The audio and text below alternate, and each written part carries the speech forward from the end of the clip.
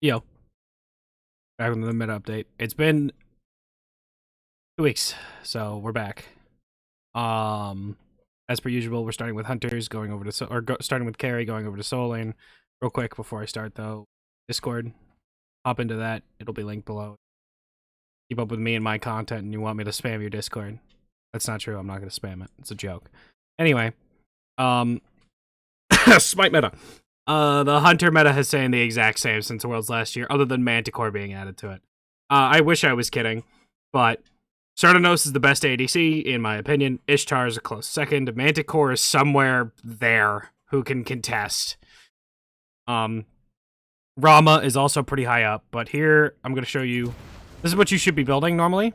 Leather Cowl seems to be the most popular start item. I prefer Death's Toll, but I think Leather Cowl is the best out of all of them. Bloodforge into Griffin Wings, into Bladed Boomerang, into Demon Blade, into Envenom Deathbringer. You upgrade your Cowl into Hunter's or Leader's Cowl, whatever one you want. The reason why there's so much crit in this build is because crit is completely overstated and gives you too many things right now. If you are going anything other than crit and Hunters on specific characters, you're doing it wrong. Crit gives way too many things. It gives pen, movement speed, percent pen. It's just ridiculous. Envenom gives you anti-shield, anti-heal. Gives you essentially what is a baby Frostbound. It's nuts. Hunters are absolutely insane right now. Don't let anybody tell you different. Crit is stupid, and it needs to be heavily nerfed. You're used to have to sacrifice things to get crit. Intersect made a really good video talking about it, where he explains it in much more detail and much more articulately than I do. I'm going to link it, but check that out if you haven't. Also, he's a great content creator. You should be checking him out. Anyway, someone like Marty, this build was taken straight from the SPL. I barely know this character, like in terms of like playing him myself. I've barely played him. But the vague idea is essentially you build him similar to how you would build like a Chiron. Because of how his abilities and stuff work. The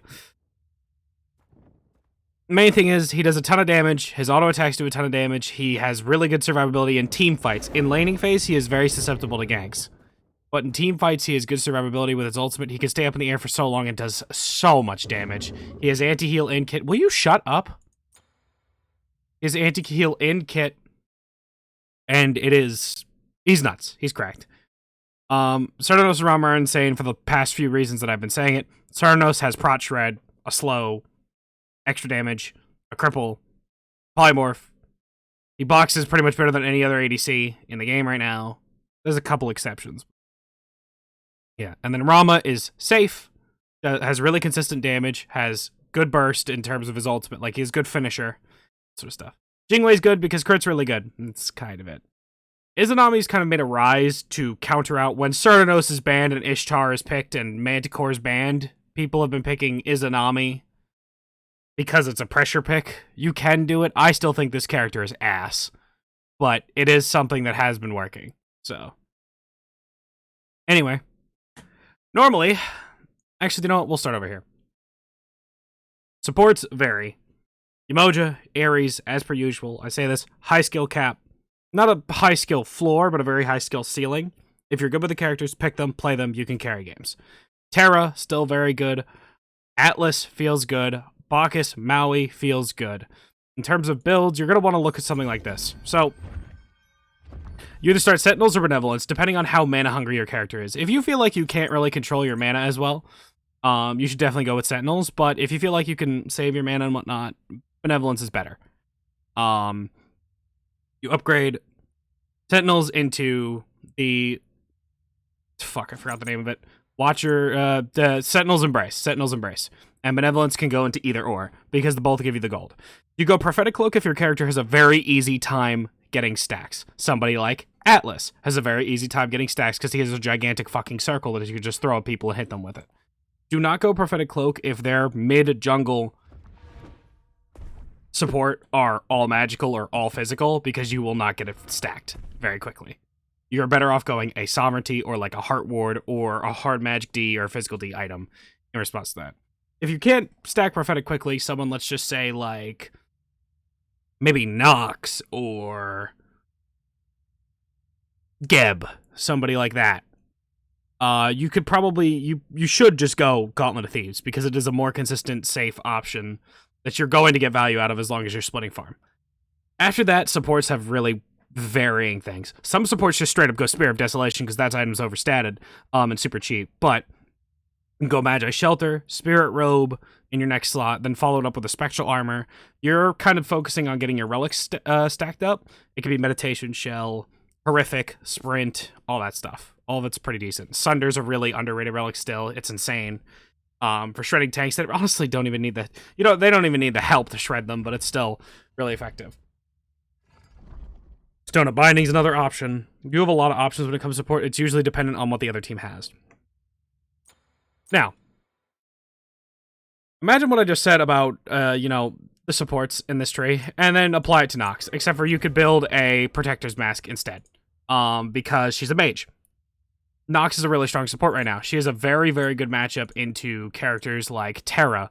Umoja's pretty decent. Characters that don't have in-kit CC immunity to avoid it feel pressured to buy beads. Somebody like Bacchus, Atlas also has a harder time with Nox. In the late game, Nox is more of a nuisance than anything else. That silence is super annoying. Yeah. Mid lane. This role has a ton of overstated items that do a lot of things. Your best characters go along with, like, Merlin and T are still really good. Thoth is super strong. Yu Huang still feels really good. Debo's decent. Hell, Chunga, super good. Agni, strong. Hell, Anubis is even playable, but it's not. I wouldn't call it the best thing in the world,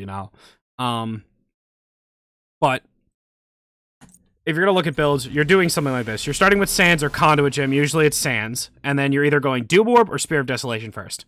This isn't like a debate. You could pick either one and then swap the other one in the second slot. I usually follow it up with Divine Ruin, even if they don't have healing. Divine Ruin is a broken-ass item, and people need to realize that. The only other time, you could go Spear the Magus if your character uses it instead of Divine, but Divine Ruin's cracked. Absolutely nuts. You follow it up with Ratatouille, you can go Soul Reaver if your character uses it well, Staff of Mirrodin if your character uses it well, and Poly if your character needs it or wants it. You can do that. You can do a couple of things. You upgrade that into the Pendulum of Aegis. You don't go alternate timeline unless you're like Hell. But yeah. This role has a lot of overstated things. Like I said before, Merlin, Thoth, Tiamat, Yu Huang. The Morgan's playable, but she could actually apply the build that is currently going through. Chunga, Hell, even Morgan Le Fay is pretty good. Agni, pretty good. Anyway. Assassins. As much as I hate to say it, she's back. The bitch is back. It's Surcat. Because of Surcat having a critical strike chance now on her last breath, a lot of people are experimenting with it a bit, and she's much more consistent in terms of damage. You could go one of two builds on her. You first go I, and then you go Jotuns.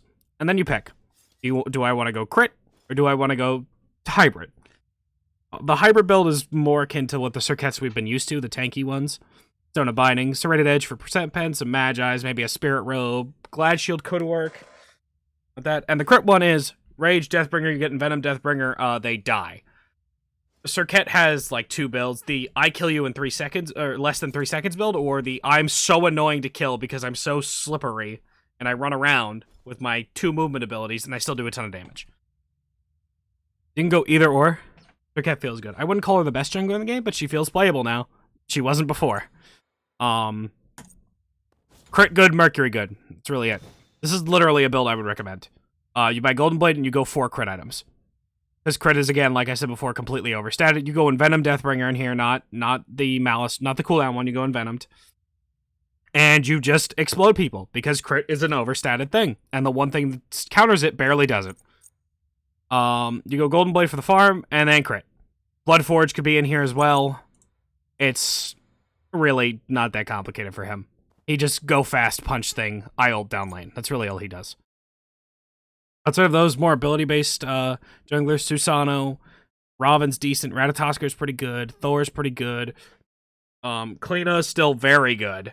The character, just you build everything in the Mace Tree, you build a Heartseeker, you build a Hydra's, that's really it. Someone like Susano or Thor, you could go something like this if you want. A Magi's in there if you need it. You don't need the Transcendence, though it is decent. It's buildable now because it's cheaper.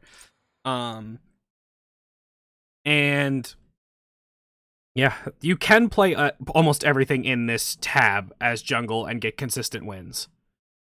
It's really not that hard. Like, in terms of, like, your choices. You don't have to make a hard choice. All of these characters are good and playable, except for this one we don't talk about. If you're below gold, you could probably make her work. Gold and below can do stuff with Arachne. Just once you get past that, people realize, yeah, I don't have to run at the Arachne. If I just stay with my team, I won't die to her because she can't kill us all. And if she can't kill you all, you have a bigger problem than just the Arachne. Your team is just getting rolled. In terms of Soul Link, Kleina's still a very playable pick there. There are a couple assassins. Thor, Naja works there. Rat's decent. Robin's decent. Loki's okay. But there's one pick I do want to talk about. I mentioned this, I believe, in the last one, that Bakasura is a bit, interesting. That people have been playing him. I think the pick works. I personally go with the leveling like this.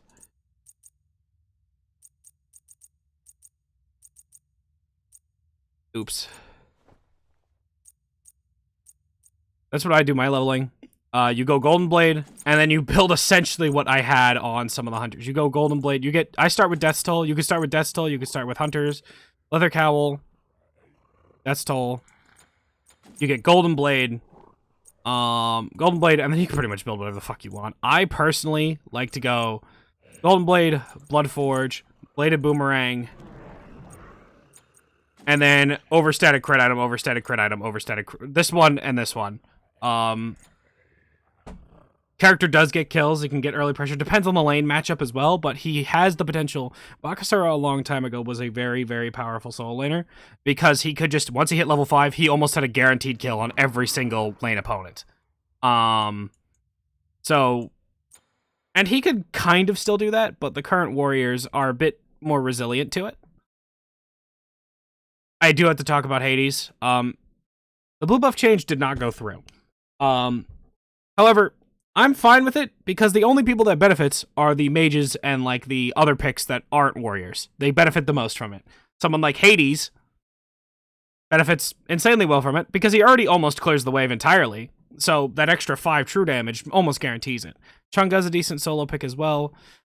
Solo Ritual's been doing some whack stuff in the SPL. I wouldn't, like, use that as Bible. He's a very talented player, mechanically talented player, and that's why he's doing it. Anyway, Soul Lane. Vamana. The traditional Soul Lane, just to say. Vamana. You want to build something like this, you can go Warrior's Axe or Warding Sigil, either or works. Axe of Animosity being back in the game, I think makes Warrior's Axe a little bit better. But you go Golden Blade, Zerker Shield, Spectral or Oni Hunter's Garb, depending. And if you don't want Oni Hunter's Garb, you can go Amulet of the Stronghold instead, and then just focus on physical defense. Toxic Blade, Spirit Robe, decent items. You can go whatever the hell you want after that point. Toxic Blade is good into multiple, like, attack speed oriented characters. Someone like Mercury, or like you go 2 Hunters and they have an attack speed oriented jungler. Toxic Blade's pretty good. You go Erosion if they have shields. Makes you move faster, and it makes you get rid of their shields. Really it. In terms of upgrade order, this is what I do. You can kind of pause and look at it. That's what I do with my upgrade order. Golden Blade means you don't have to upgrade Umbrella Rank. Hercules is kind of like really close. You could consider him first, like first or second place in terms of like best solo lane warrior or best solo laner. Hades is like kind of really weird, because some people think he's like the best solo in the game, and other people think, he's okay. He could be very good, but it's besides the point. You go one of those 2 starter items. Either one works. I like Warding Sigil, but Axe of Animosity is actually pretty good. Golden Blade for the clear. Breastplate of Regrowth. If you are a solo laner that has a heal in kit that procs Breastplate of Regrowth, you go it. Other than like Bologna. Because Breastplate of Regrowth is really, really good. You follow it up with an Oni Hunter's Garb or Amulet of the Stronghold, whichever one you want. I wouldn't upgrade Stronghold until a 3rd or 4th item. You just get Heart Ward for a little bit. But if you go Amulet of the Stronghold, you don't need to build any more Magical D. It's still fine to do that. A Wing Blade if you want, if they have a lot of slows and you want to get around that. Spirit Robe's pretty good. Mantle Discord's still pretty good. You can go a lot of different things. Late game. Golden Blade sell for Shadow Drinker. Haddock's recently made some videos experimenting with it, and it's actually pretty good. For this role. Gives you decent power, it gives you the movement speed that you'd miss out on by selling Golden Blade, That's the main reasons for it. Erosion, again, like I said before, if they have shields, you buy it. Somebody like Guan Yu, you can go a lot more starter items on him. I prefer Warrior's Axe or Warning Sigil, but Tainted Steel in certain matchups, and Bluestone Pendant's good for pressure. You go Club first, CAD Shield, CAD Club, whatever you want to call it, first. Regrowth, Oni Hunter's Garb, or Amulet of Stronghold, whichever one you want. Spectral Armor, Spirit Robe, Erosion. You could build a lot of stuff. It's usually dependent on what's on the enemy team. But yeah. I tried to go into a bit more detail. Let me know if you guys liked it. It's a little bit longer of a video, but whatever. Peace.